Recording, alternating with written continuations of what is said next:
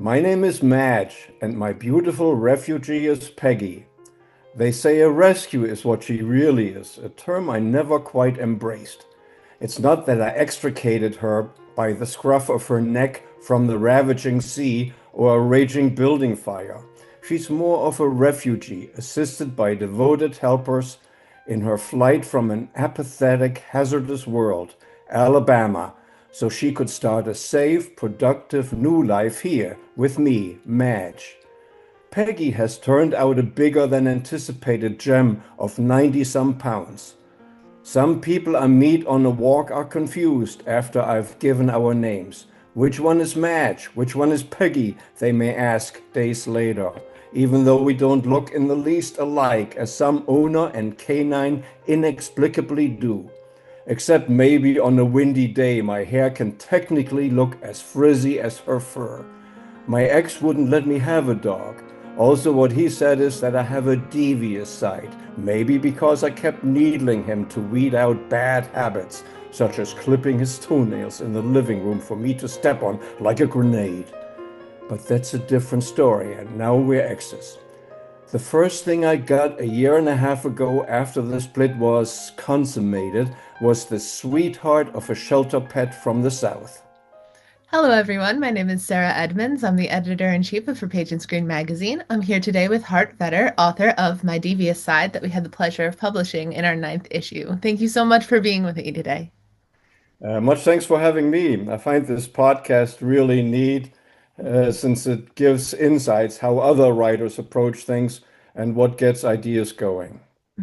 Yeah, I love. Thank you so much for liking the podcast. That makes me so happy. It's one of my favorite things that we do at the magazine because we get to read the writing and we love the writing, but it's so fun getting to speak with everyone one-on-one as well. Um, So yeah, I would love to just kind of start out with maybe easy question, hopefully easy question about My Devious Side. I'm curious as to what inspired you to write this story. Well, there is an actual match in my life, a woman friend who is quite opinionated and never does things that one expects. So that's where the name got in.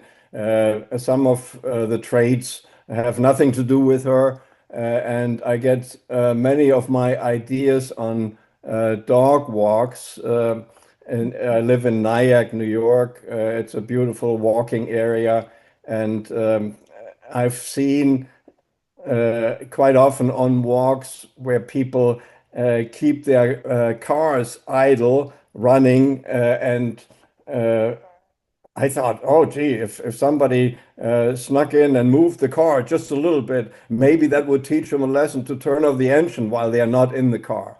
So that's how the whole story got going. I love that. I when I read that the first time when we were first going through submissions, I'm like, that would freak me out so much if I got him came outside and my car was like two places over. I'd be like, well, so freaked out by that. But I love it because it is kind of just as Madge would say, it's harmless in the story. Um, but yeah, I have to ask, is Peggy inspired by your own dog Lola? I'm curious. Not really, but dogs you run into on walks, for instance. So that all is imagination in a way, and dogs have their own personalities, so you can make whatever you feel like, whatever fits the story. Mhm. Yeah, no, that makes sense. That makes sense. I full disclosure, I have your biographical statement up. That's how I know your dog's name. I'm not being creepy with that, just for context. Um, but yeah, no, I absolutely love Madge's character throughout this piece and her voice as narration. Her voice is so strong and so fun as well. We start out in that section that you read, and she's like, "Oh, I'm just needling him to fix his bad habits, clipping toenails in the living room." And we're all like, "Yeah, you should tell him to stop." And then it goes on and it goes on, and then we get the car moving, and then we get the rally, and it's like, "Oh, okay, this is escalating, in a really fun way." And I'm just curious in terms of her voice and the characterization that comes through narration. Is that something that you really focus on in your writing? Is that something that comes naturally to you when you write? I think the voice of the narrator, in this case, it's first person, is really key. You have to get into the swing of what that character might do. Otherwise, all your stories may sound alike. So I had a pretty good idea what Match is like.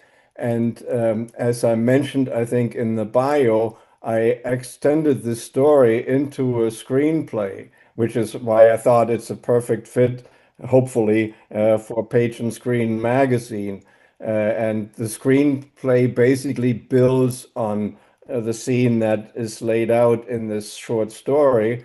And it goes on and on. And I thought, wow, I had no idea when I initially wrote it that it could be expanded. And that's part of the fun of writing, of course. Mhm. You never know exactly where it's going to take you. Mhm. Absolutely, absolutely. And yes, I did see that, and I love that because I can absolutely see this being a film, this kind of translating to Madge being kind of like this folk hero of sorts in her neighborhood that maybe people judge a little bit. Maybe she doesn't always do the right thing. I can absolutely see that playing out in a film. I'm curious, what was it like translating this story or kind of transferring it over to screenplay format? What were some challenges you or encountered there?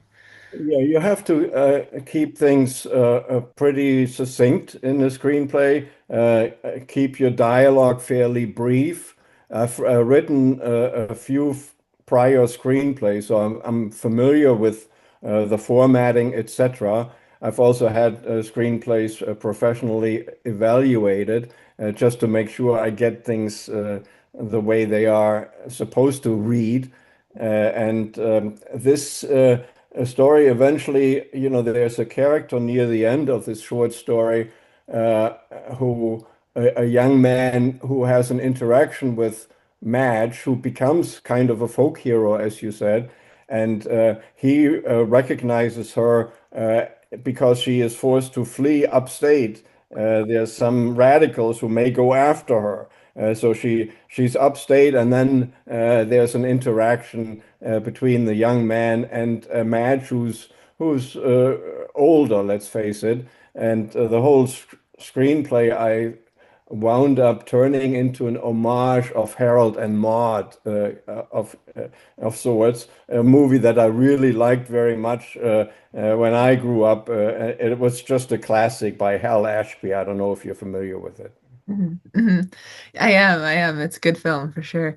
Um, and did you have that kind of inspiration in mind when you wrote the original story, or is that something that you looked back on later as you were working on the screenplay? Yeah, that came much later. So that's a part of the fun of writing. You set out, typically what gets me going is a certain scene or maybe pieces of dialogue, and then I build on it. And sometimes I think, oh, this may be just flash fiction, and then it's not enough, or there's not enough of an arc that I can complete within 1,000 words, let's say. So in this case also, it just kept growing. And eventually I said, oh, I can take this somewhere else and I can go beyond it. And the ultimate story is totally different from what I had initially conceived. Mhm. Mhm. I love that. And I love letting the kind of writing speak for itself and grow how it wants to grow. I always appreciate because there's always that debate between outlining or not outlining. And I think there are benefits to outlining, but sometimes it is the best for the story to just let it breathe and let it grow and let it expand to where it wants to be. Yeah, I agree. I'm not the biggest outliner. Uh, I started out writing novels, actually, and some people may have a hard time concluding a novel. That's not one of my problems. But even in a novel, I may know the overall arc that I have in mind, but the details and how it ultimately is resolved, I don't know. And part of the fun is exploring where will it take you, and I don't know how. ideas come to pass, but it's part of the excitement of writing. And sometimes you take detours, and sometimes those detours don't work out. That's also part of the experience. You need to every so often take a breather and maybe let things sit for a while, and eventually you say, "Oh, this didn't work," and you need to change it, or there is something in there that needs to be explored in a deeper way. Mhm, mhm. Is it difficult for you when you come across those ideas that you're kind of coming up against the wall, you take a break, you look back, and you're like, maybe this isn't working. Is it difficult for you to kind of let go of those ideas like that? No, it's actually needed sometimes. I find it is important to gain distance, uh, to your work. And I think you mentioned on previous episodes, it's surprising how little for instance, remember what exactly happened or how I got from point A to point B. And that new experience, new reading experience you gain if you revisit a story after a certain break. Mhm, mhm. Absolutely, absolutely. I know I even so recently was sharing some writing with a friend, and my friend made the comment about the the love interest in the story and like them having tattoos. And I'm like, they had tattoos? I don't remember this. I wrote this like not that long. I don't remember this. Yeah. Which maybe says more about me than writing process. It goes But for me as well. Sometimes I thought, oh, how did we arrive at this stage? And I need to reread it. And I said, oh, okay. And if it makes plausible sense, that's wonderful. Sometimes it doesn't, so you need to tweak it a little bit. That's the beauty nowadays. We write on computers, so we can change things around more easily. Imagine how previous writers did their craft. They basically had to rewrite the whole thing. And, I'm of an age where I was using a typewriter and I had to restart, or cutting and pasting was not an option at the time. yeah, no, absolutely. I actually, this was back in my senior year of high school, I think. I got a typewriter as a Christmas gift, a portable typewriter from the 40s.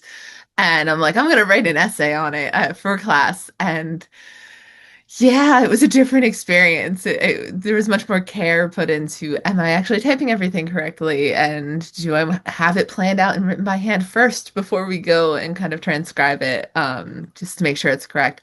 I'm very grateful I did that. It made me appreciate Microsoft Word a lot more. Right. Absolutely. Now I know you write in a lot of different forms. You mentioned novels, screenplays, short stories, scripts for like stage plays as well, which I will ask you about in a second. But my first question is, do you have a preference? Do you have one that you're like, this is my first love, or this is the one I love the most in terms of form? I do like novel writing the best. And frankly, I had finished my third novel, and they are much harder to place. And I decided a few years ago, oh, I really need to go back to short story writing. That's how I actually started out when I got into writing as a kid. And I decided I don't want to be somebody who's written 8 novels and none of them published. So the odds of getting a short story placed somewhere are way better than, of course, a novel writing. And the craft of writing a short story is quite complex, right? So it's quite a learning process. You have to make sure it flows well, and you also have to have your story uh, arcs or different acts in a short story for it to feel satisfying in the end. So I'm glad I made that switch, and I set myself a goal of writing 3 short stories a month for a certain time period, and I lived up to it. And I got a whole bunch eventually accepted. It took a while. So I thought this is really uh, a more satisfying approach if you want to see uh, your work in print at some point. And again, I'm still working hard to get novels read and placed, but it's a much more difficult enterprise to go about it. Absolutely, absolutely. I love that approach of kind of focusing on short stories, both to see your work in print, but it's also, like you said, it is a challenge in itself to write short stories and to have those cohesive, complex storylines in such a small word count. Um, and I love that approach. I feel like you're just kind of honing your skills by doing it that way and kind of getting better and better through that.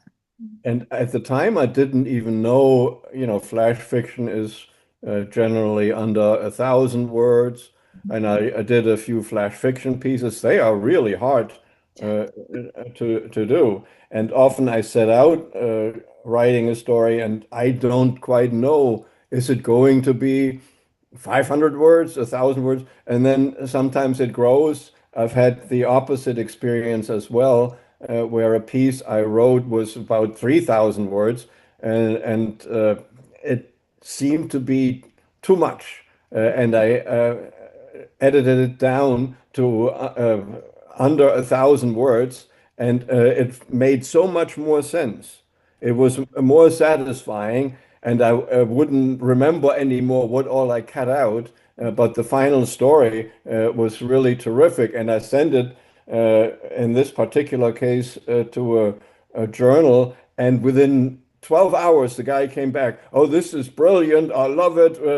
Thank you for sending us this work. And I thought, oh, maybe I should have researched more and found a whole bunch of potential journals.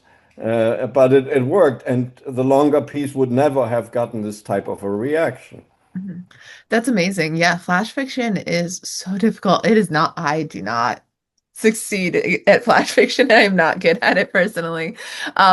I have so much respect for people who can write shorter stories, and I do agree. I definitely think some stories will kind of they work better in that shorter form, and it's kind of a rare skill to be able to look at them and cut them down and kind of find that shorter form. So I love that you found success with that. That's amazing. Um, I am curious, when it comes to submitting, do you have like a set process where you look for journals of this kind, or do you try to match them in that way, or you kind of just send out all the submissions to all of the places, which is what I do, and I probably shouldn't, but I'm curious about how you handle that. Yeah, when I started out switching to short stories, it took a while to get my first piece accepted, and I was quite frustrated by it. And I changed my routine. I turned submitting work into part of the fun. I actually like it. I keep spreadsheets. One is just by date what I submit to which place, and the second one is a listing of all journals I've submitted to, and not that I'm rating them, but I keep track of how long their response time is. And I keep track of whether their declining notice, which I may have received, had some positive comments. And you got to read those decliners very carefully. Sometimes there are really encouraging words, and sometimes they say, we'd love to see something different from you. This one doesn't fit our current edition, whatever. Right? So I keep track of that. And I also started no longer submitting to journals who do not send a declining notice. I find at the very least, you know, I'm owed some kind of a response. I make an exception for the New Yorker, right? They give you, I think, 4 months, and it's wonderful that they do that, that they read people's work. But I can appreciate how busy they are. And I also want to stress journals are a labor of love in your case and many other cases. by devoted volunteers with a passion for writing. So I don't blame them. At the same time, I think once they go through the trouble to read what I've written, why don't they just send a note? If you don't hear from us in 3 months, consider it declined. Okay, then I prefer not to send unless again it's a piece like the New Yorker, a journal of that stature. Mhm. Yeah, that makes complete sense. The no response is a no. It always frustrates me as well, whether it's with literary magazines or journals or even agents and publishers, which I understand they have so many people to go through, but at the same time, I'm like, I'll take a form response at that point. I'm like, just give me something for my peace of mind. I completely understand. Circle back. I had a second question and I said I was going to come back to it. And A stage play, I think you said. yes, yes. I wanted to talk about your work writing stage plays because I know in your bio that you said you had a recent stage play, Creature Rising, and then you also had a novel, which you've mentioned. Um, I'm curious about kind of your approach to writing stage plays. Does it differ from your approach to writing short fiction or screenplays? What do you kind of take into account when you're writing something specifically for the stage? I think it's a learning process I've been going through. It's very difficult to find interested parties, interested theaters for a stage play. Of course, formatting is different. I learned how to format, how to do it. One has to consider a number of characters. That's a key factor, of course. The visualization is totally different in a stage play. It has to make sense on the stage. You don't want to have the briefest of scenes. It has to flow differently from a short story. But I find it quite interesting. I live in within an hour from New York City, so I go to see a place regularly. And what I did find is there's a resource called a Play Submission Helper, which worked. You subscribe to it.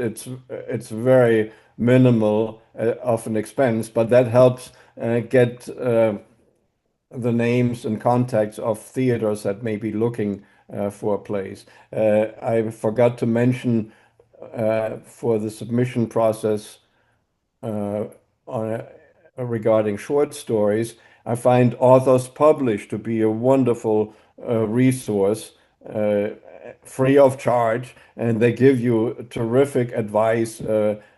What other journals are looking for, etc. And then you typically go online and look for their profile, read other stories if they are not behind a paywall, and you get an idea what type of work they are looking for. A good part for stage plays is to find outlets where to go. Nowadays, ChatGPT will give you some ideas who's looking, and some information online, unfortunately, is dated.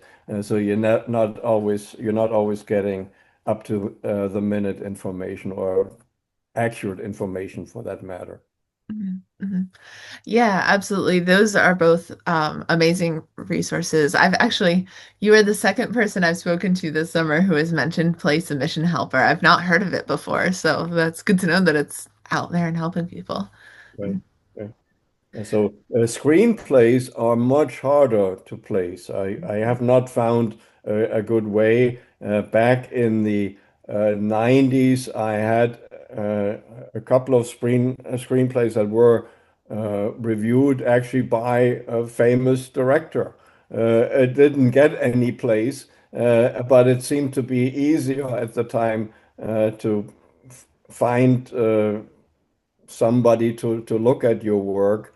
An agent would have helped. I don't have an agent. It's a catch-22 situation to get an agent, they want to have a body of work that's out there. So that's where I hope somewhere short stories may open certain doors. Mhm. Yeah, absolutely, absolutely. And screenplays are definitely difficult because I know there are festivals and contests that you can submit screenplays to, but very few of them are free. You have to pay to submit to a lot of them, and then the exposure doesn't really balance out with the cost a lot of the time from those. So it is definitely difficult to kind of take that first step when it comes to screenplays nowadays. Have participated in contests, but they frankly get thousands and thousands of submissions, and they may pick 20, out of which then one grand winner, gets a certain dollar amount. It doesn't necessarily mean it will be turned into a movie. So anyway, one has to be realistic as writers. What is out there? It's a passion is how I would define this, if you want to call it hobby. It's not a source of income for the vast majority of people, right?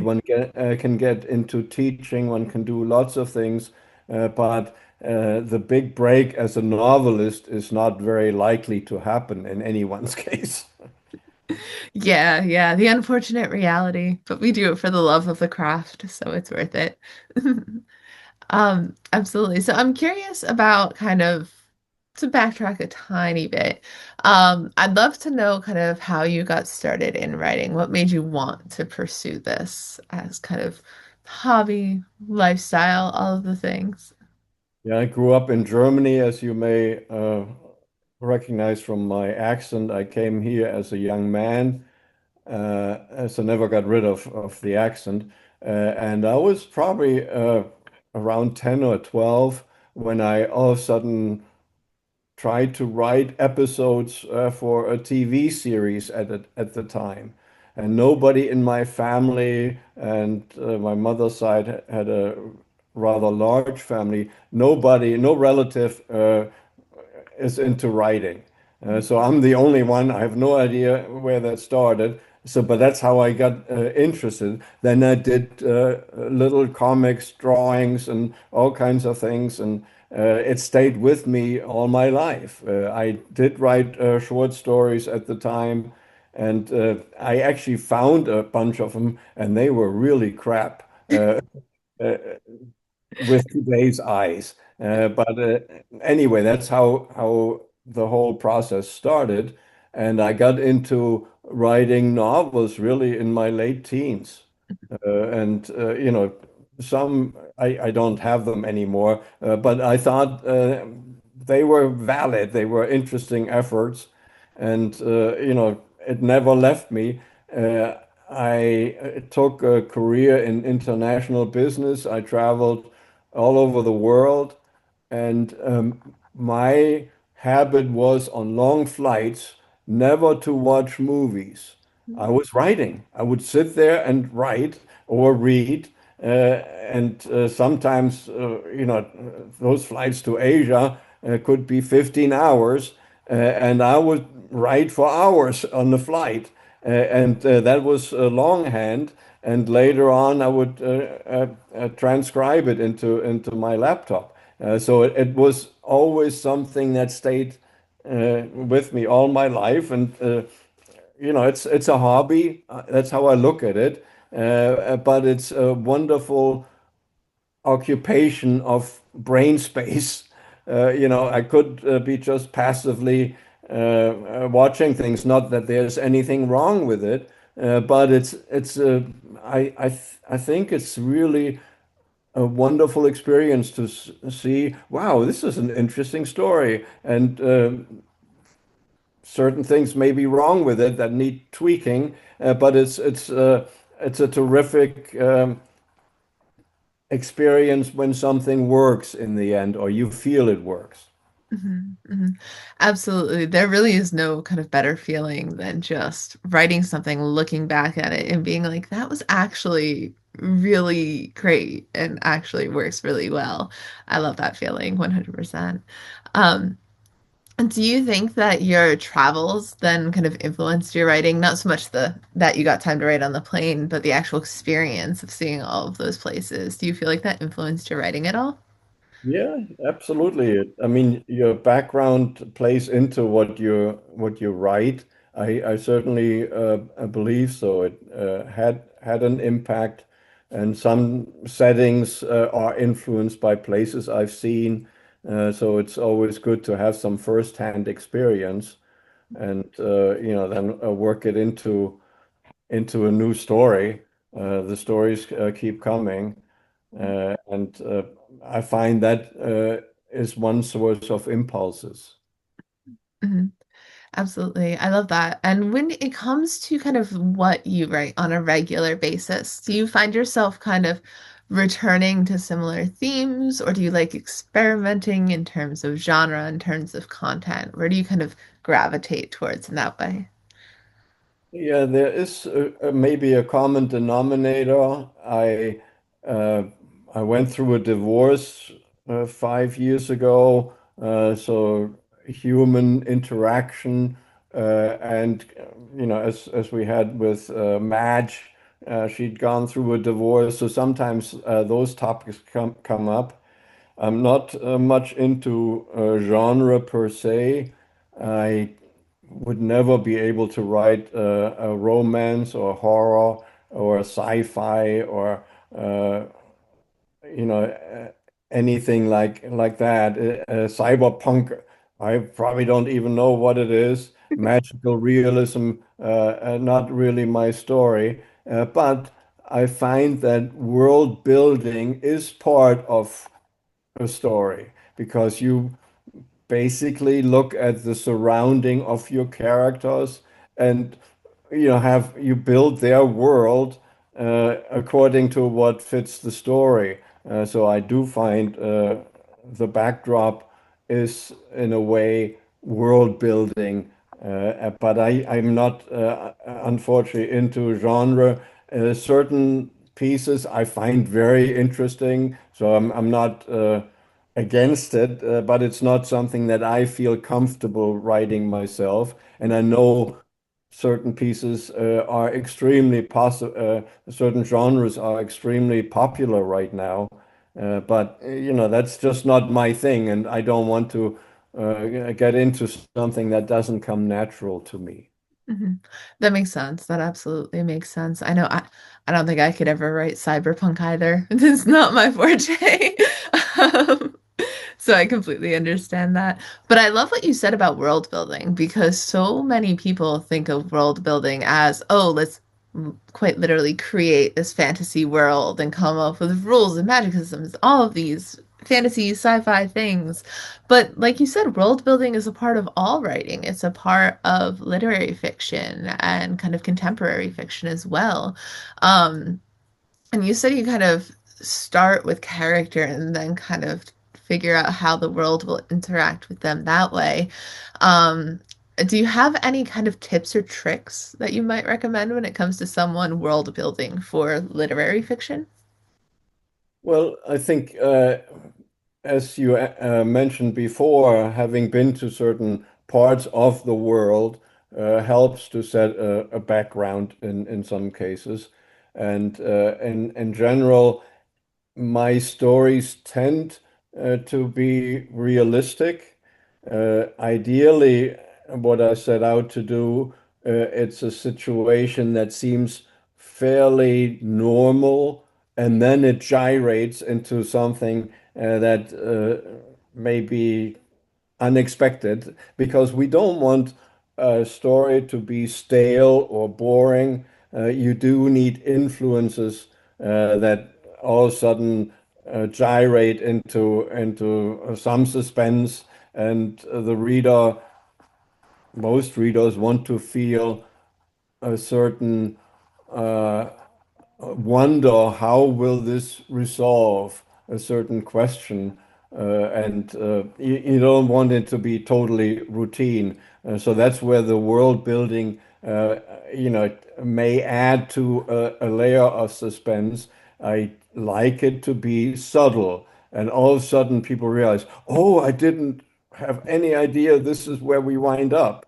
And you know that to me is part of the fun if it works. You know, not always does it work, but that's at least the goal. Mhm.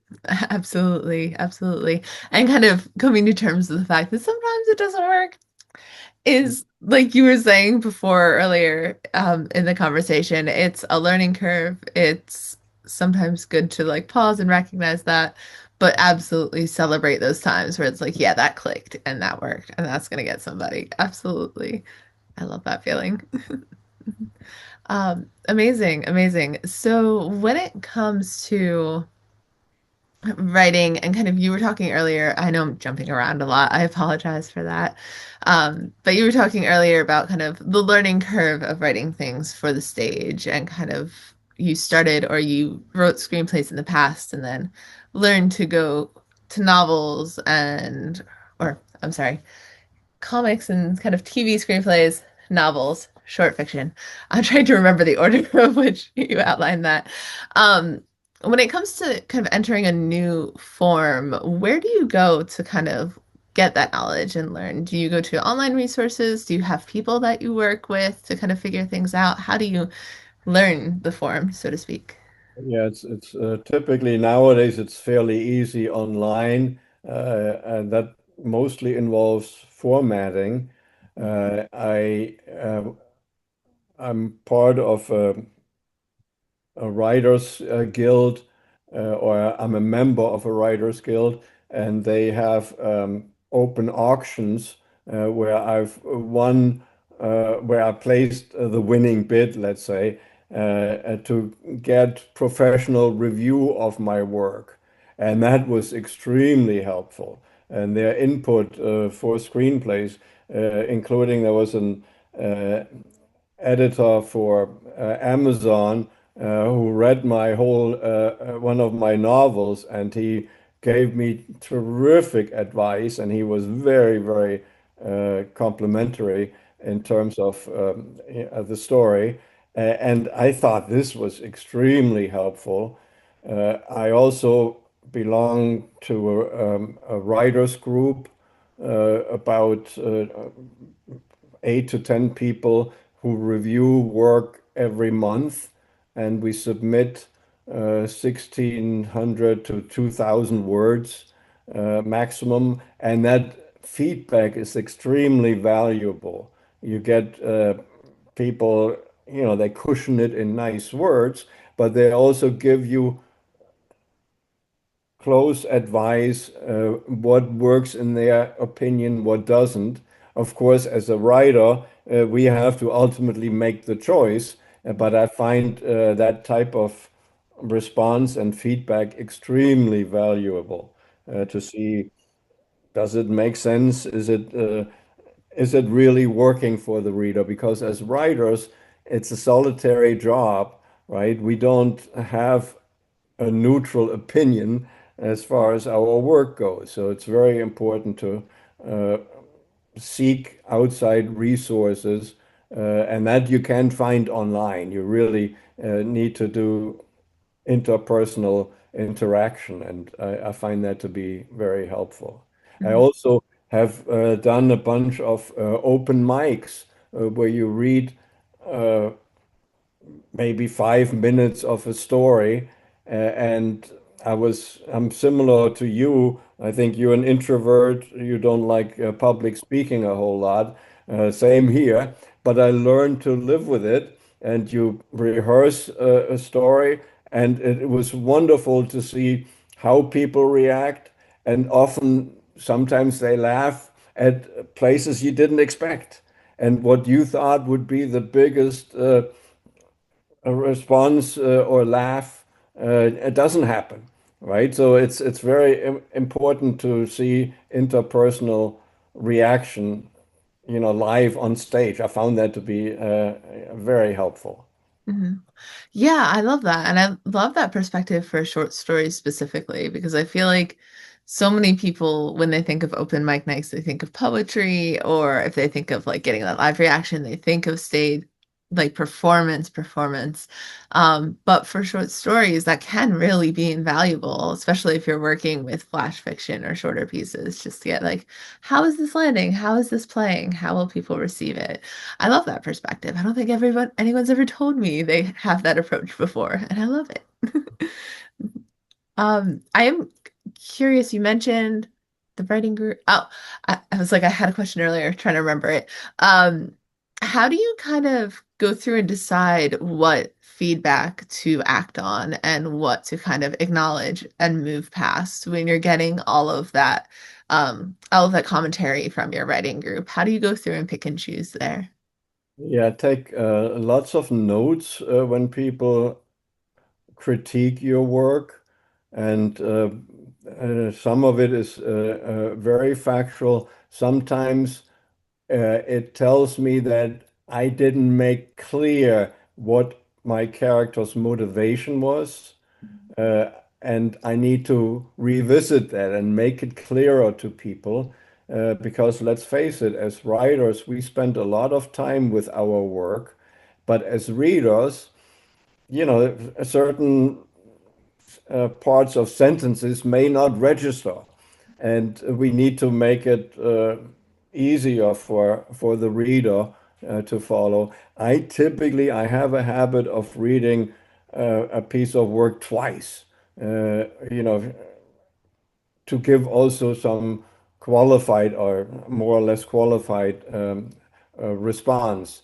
The first time I miss a lot of things, but we don't have the luxury to expect our standard readers to go through a piece more than one time. So that's why we need to be fairly clear and avoid unnecessary details. At the same time, we want the story to be viewed as realistic, so a certain amount of background needs to be included, but limited to what's basically essential. Mhm, mhm. Absolutely, absolutely. And do you find that reading through works with the goal of offering feedback has that impacted your approach as a writer with your own work at all? Absolutely, because you see uh, in somebody else's work, uh, what is what is it that you envy about that work? Sometimes one needs to be quite open-minded, and I say, "Wow, I couldn't write as well as a certain person does, or my strength is perhaps dialogue, while another writer's strength is, the laying out a scene." Uh, I find what is important in a short story is fairly quickly get to a point that hooks the reader. And that is what I learned in that process. And because sometimes you read a story and you think that's boring and nothing really stirs me. And even on second read, nothing quite pops up. That may be just my personal opinion at the time or my mood. We're not always equally receptive. But I find if there is a certain hook, uh, I typically look at would that story interest me? Uh, if I'm writing something. And sometimes I find, oh no, I need to move things around. There needs to be that stirring moment earlier in the process. Otherwise, I will lose the reader. Mhm, mhm. Absolutely. And that hook is really important, especially when you're talking about short fiction and short fiction submissions. Because I know for Page and Screen, we get what I think is a lot of submissions, not nearly as many as like the New Yorker by far, or any of the more kind of prestigious, widespread magazines. But even when we're reading and we have 200 stories to go through, definitely is a benefit. We read all of them all of the way through, but it definitely is a benefit when you have that hook quickly and that kind of eye-catching moment really early on.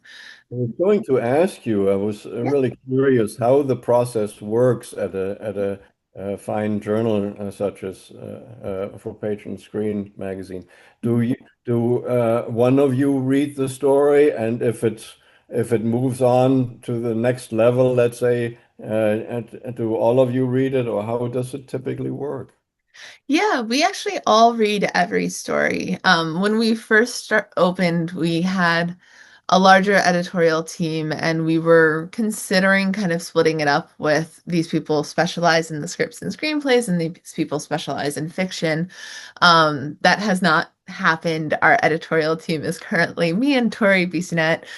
So it's just two of us at the moment.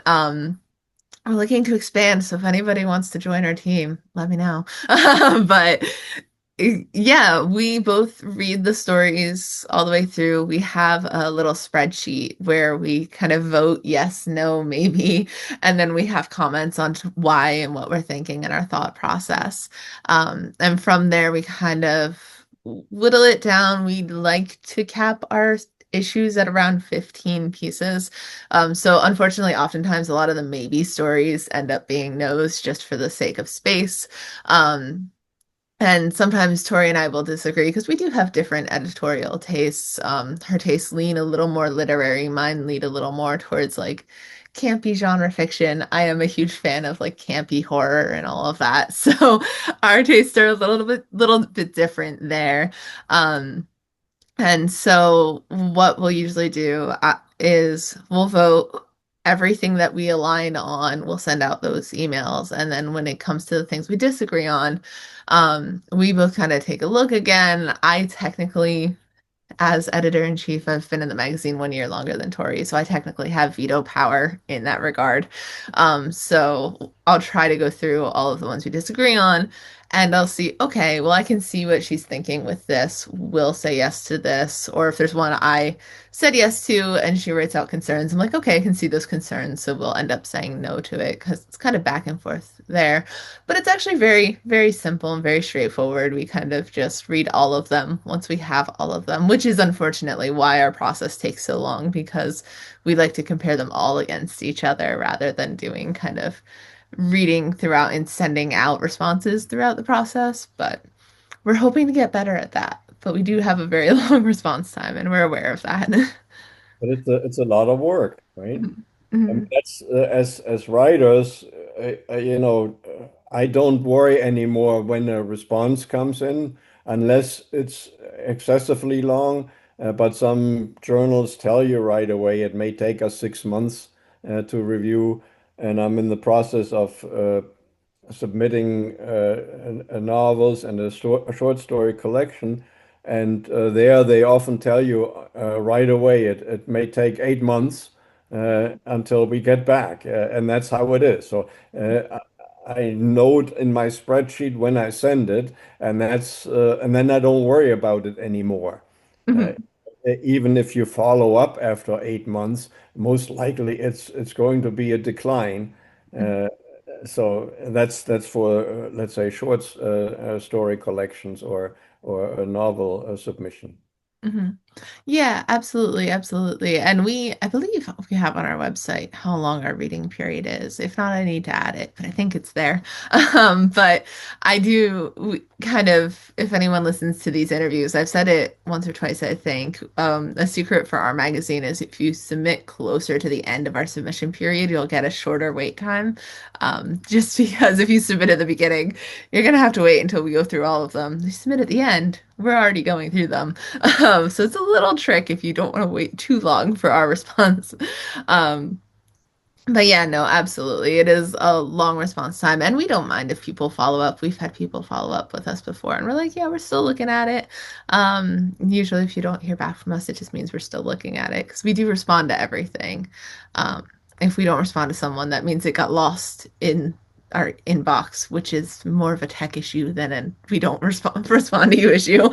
Um, but yeah, no, absolutely. Have you considered capping your submissions, or it's not gotten that bad that you all of a sudden saw so many submissions?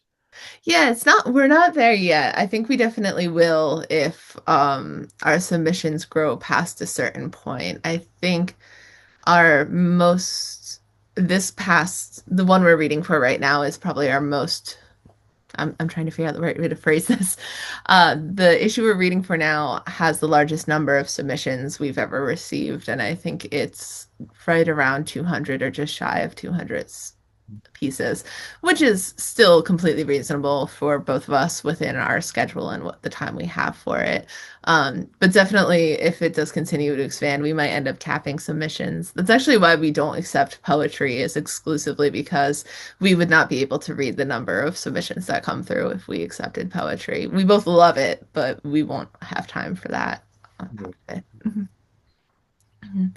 By the way, I love the cover of your latest issue. It's just a terrific Mhm. uh, rendition, you know.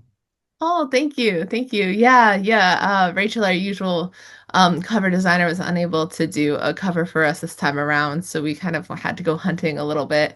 And we were able to find that image as kind of technically stock image that we found and got kind of a license to use. So Yeah. on a separate website, it was really, I thought it fit well with kind of the vibe of the issue. But yeah, I, I I had a question and it's gone out of my head. We were talking about magazines. You said something and I wanted to follow up on it, and I don't remember what it was now. Um, oh, you mentioned putting together a short story collection. I was wondering if you could tell me a little bit about that. That's what it was. Yeah, I mean the uh, problem, quote unquote, is when you have a whole bunch of stories published, they appear somewhere and then they're gone. And I wrote a novella, which is about 28,000 words in that case, and I tried to submit it, and there's not that many houses that are looking at that length of a of a story, and I decided to combine it with about 10 short stories that have a similar theme. You asked earlier about when are themes, is there an overlap in themes that I come up with? And they fit in my opinion. So I started submitting those to publishing houses that look for story collections. So that means 10 pieces that were published over a period of maybe a couple of years, and then a novella that is new, but they all fit in terms of theme. So I think, I mean, again, those houses take at least half a year to consider. And I actually got feedback from one who said, sorry, not for us, but we are certain this will find a home, right? So you don't, I see that as encouraging, right? That people would not write that if they didn't mean it. So I kudos, I thought, to that publisher who gave me that little morsel of encouragement. And so one of these days, I hope somebody will find it. My goal is not to go the vanity press route. I don't believe in that. And there's also a lot of people who try to make money off somebody trying to see his or her word in print. But I'd like it to be an indie press or some smaller publishing house, and that is my goal.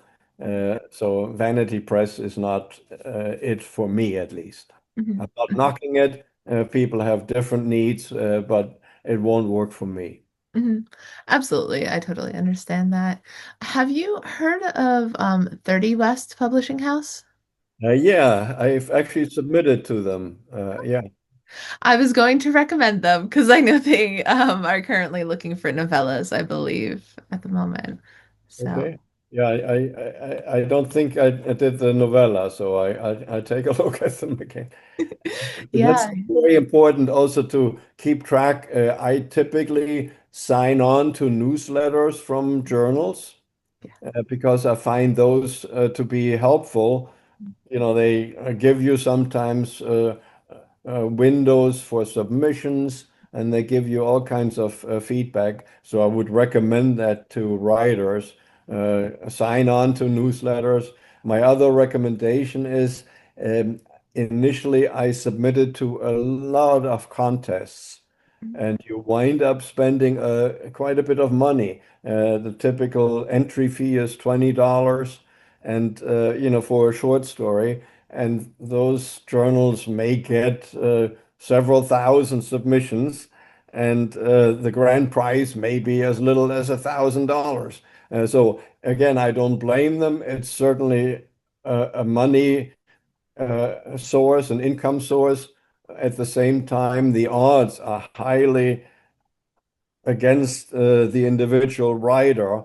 And I decided at some point, no more contests unless, the exception has been screenplays, since there's fewer venues that are open to screenplays from unpublished screenwriters.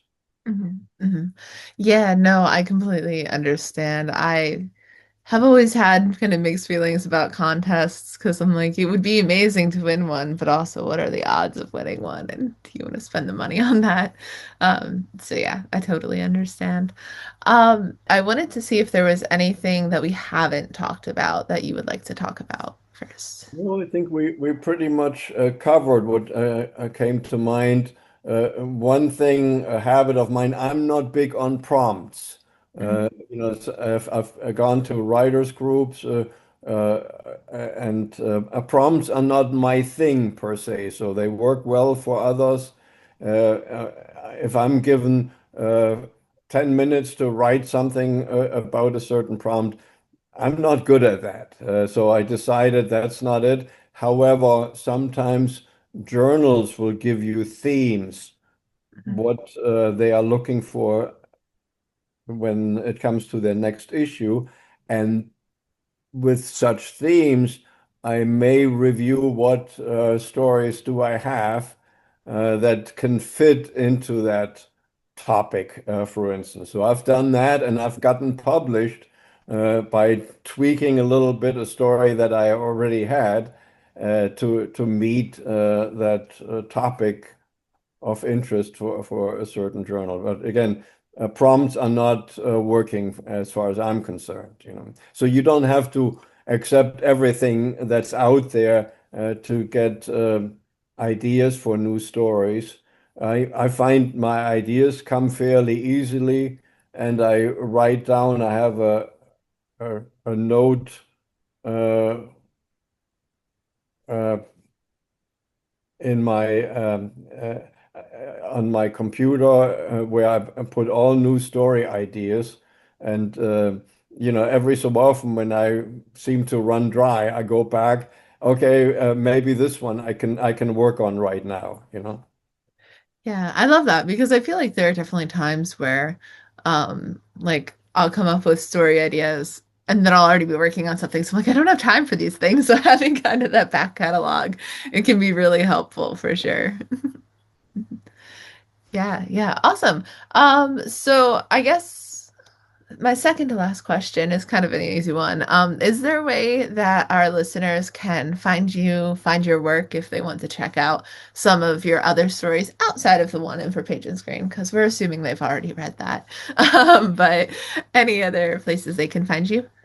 I have a website which I've not been using that much. I'm also into photography. The website is love.net. It's LUVVV.net.